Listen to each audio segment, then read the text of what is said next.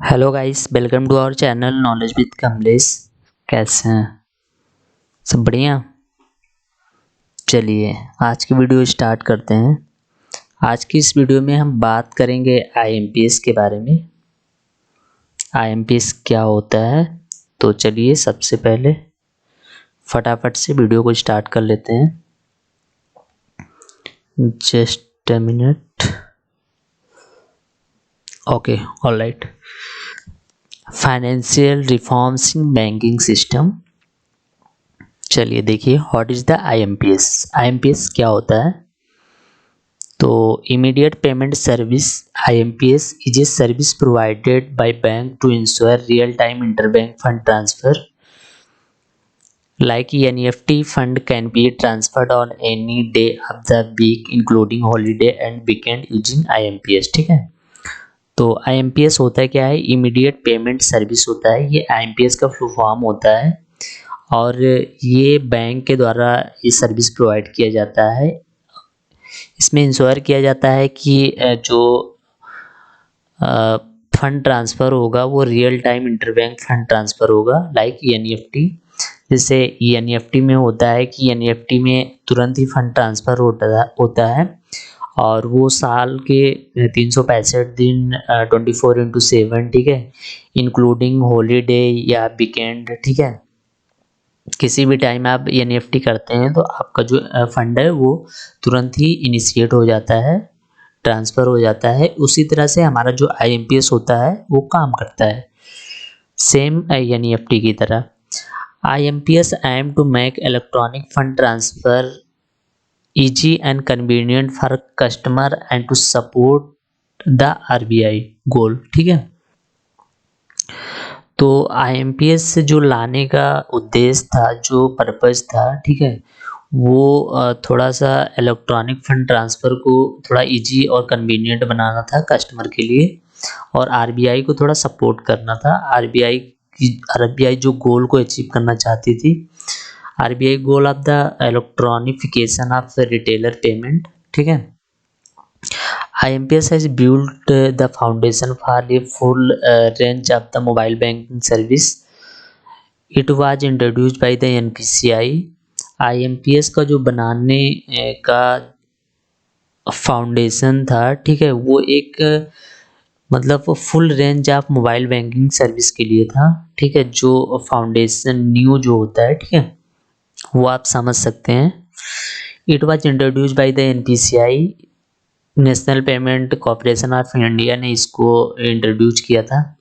देखिए, जितने भी मोस्ट ऑफ द जो पेमेंट सिस्टम है, ठीक है, उसको NPCI ने ही इंट्रोड्यूस किया है। कुछ जैसे RTGS हुआ, NEFT हुआ, इसको RBI ने इंट्रोड्यूस किया था, रिजर्व बैंक ऑफ इंडिया ने। But most of the payment system है जो NPCI कंट्रोल करता है, उसको रेगुलेट करता है और उसने ही इंट्रोड्यूस किया है। ठीक है, NPCI जो इसको लाया गया था, ठीक है, IMPS को, वो 22 नवंबर 2010 में लाया गया था। There are 4 major participating parties for IMPS transaction to take place. अगर IMPS आप जो IMPS होता है उसमें मेनली 4 पार्टी इन्वॉल्व होती हैं। Remitter means sender, beneficiary receiver banks और नेशनल फंड स्विच NFS। ठीक है, तो ये 4 पार्टी इन्वॉल्व होती हैं। जो कोई पैसा भेजता है, जो कोई रिसीव करता है, बैंक्स जिसमें अकाउंट होता है दोनों का, ठीक है, और NFS नेशनल फाइनेंशियल स्विच।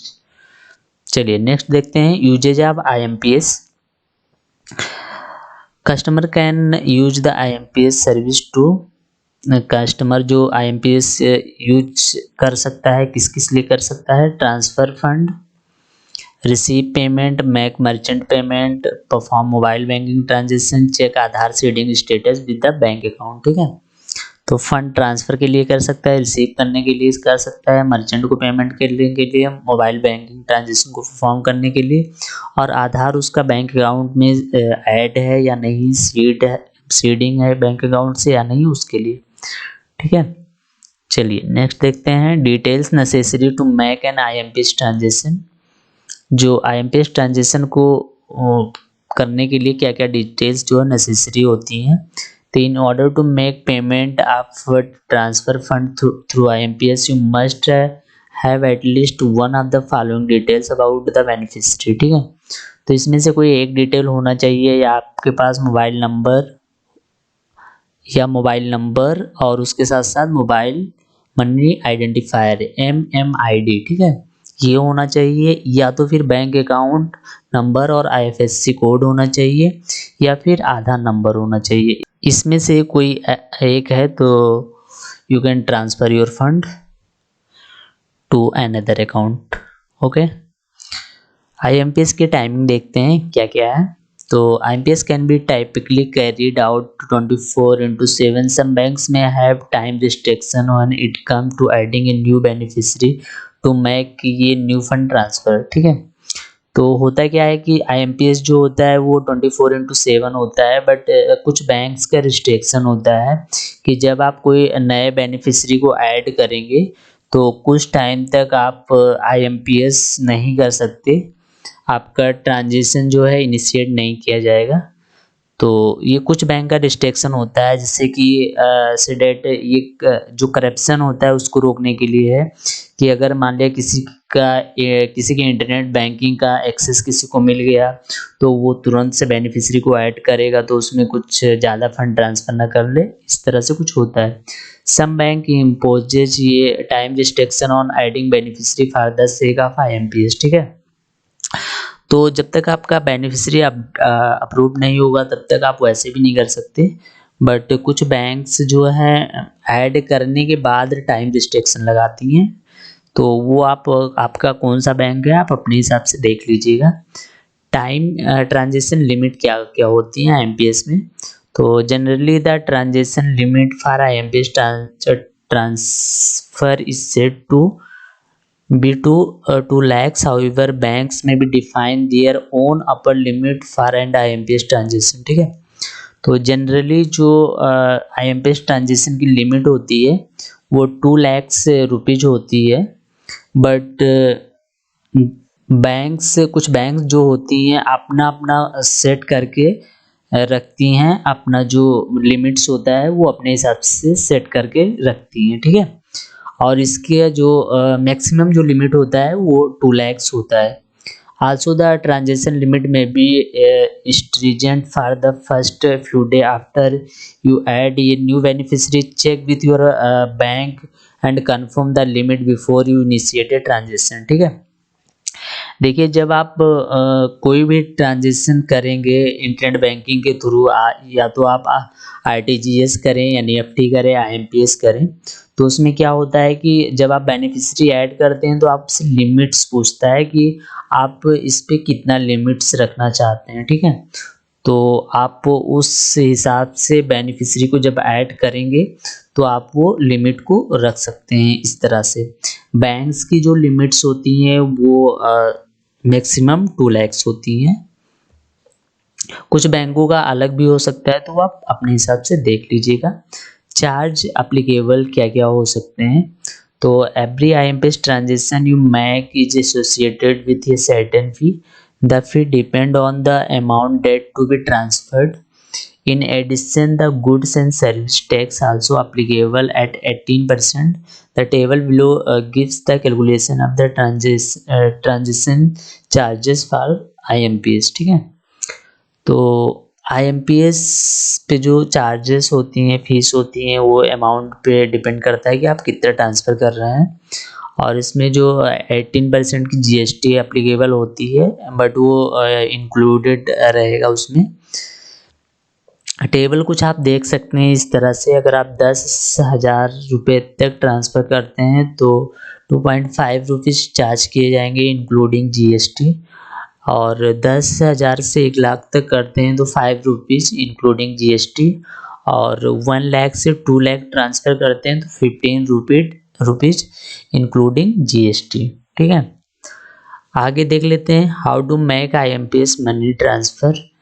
तो आप IMPS कैसे करेंगे। तो you can make IMPS money transfer through the following method. Mobile phone through SMS, SMS के थ्रू आप कर सकते हैं बट आजकल कोई करता नहीं है।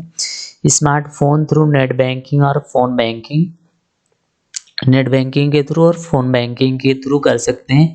फ़ोन बैंकिंग मीन्स जो भी उनके बैंक्स के अपने जो मोबाइल एप्लीकेशंस होते हैं उनके through, laptop, desktop, tablet through internet banking, ATM with your ATM card. The generic procedure to make an IMPS transfer is given below। ठीक है, तो IMPS ट्रांजेक्शन आप कैसे करेंगे? Choose the channel you'd like to transfer money with login in your क्रेडेंटियल्स।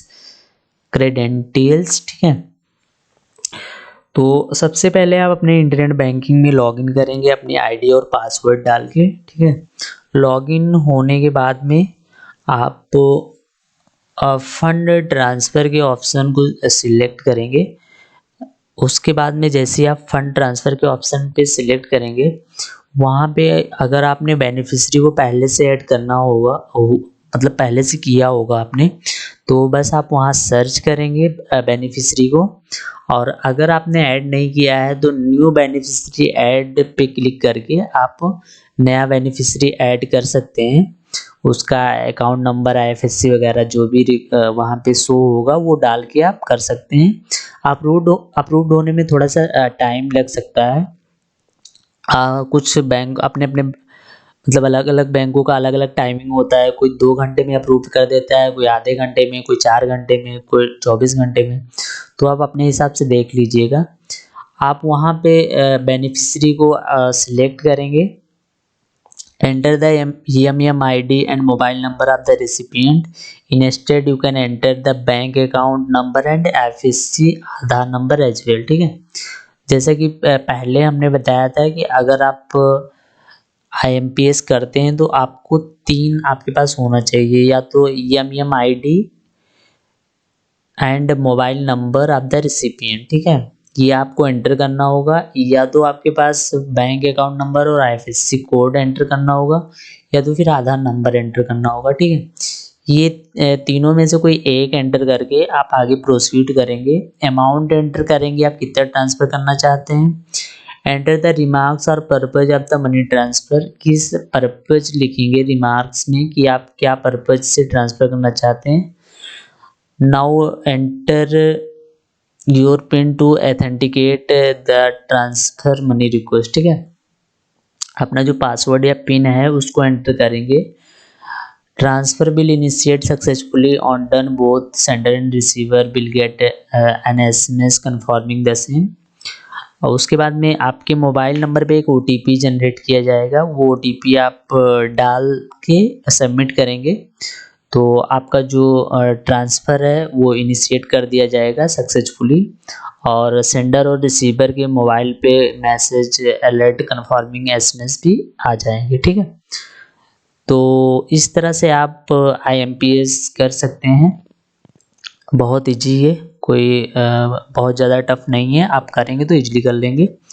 तो आज की इस वीडियो में बस इतना ही। आज की इस वीडियो में आपने समझा कि IMPS क्या होता है, IMPS की टाइमिंग क्या होती है, IMPS के चार्जेस क्या क्या होते हैं। ठीक है, अगर आप चैनल पे नए हैं तो प्लीज़ चैनल को सब्सक्राइब कर दीजिएगा और बेल आइकन को भी ज़रूर इनेबल करके रखिएगा, जिससे हमारी ऑल वीडियोज़ की नोटिफिकेशन आप तक पहुँचती रहे।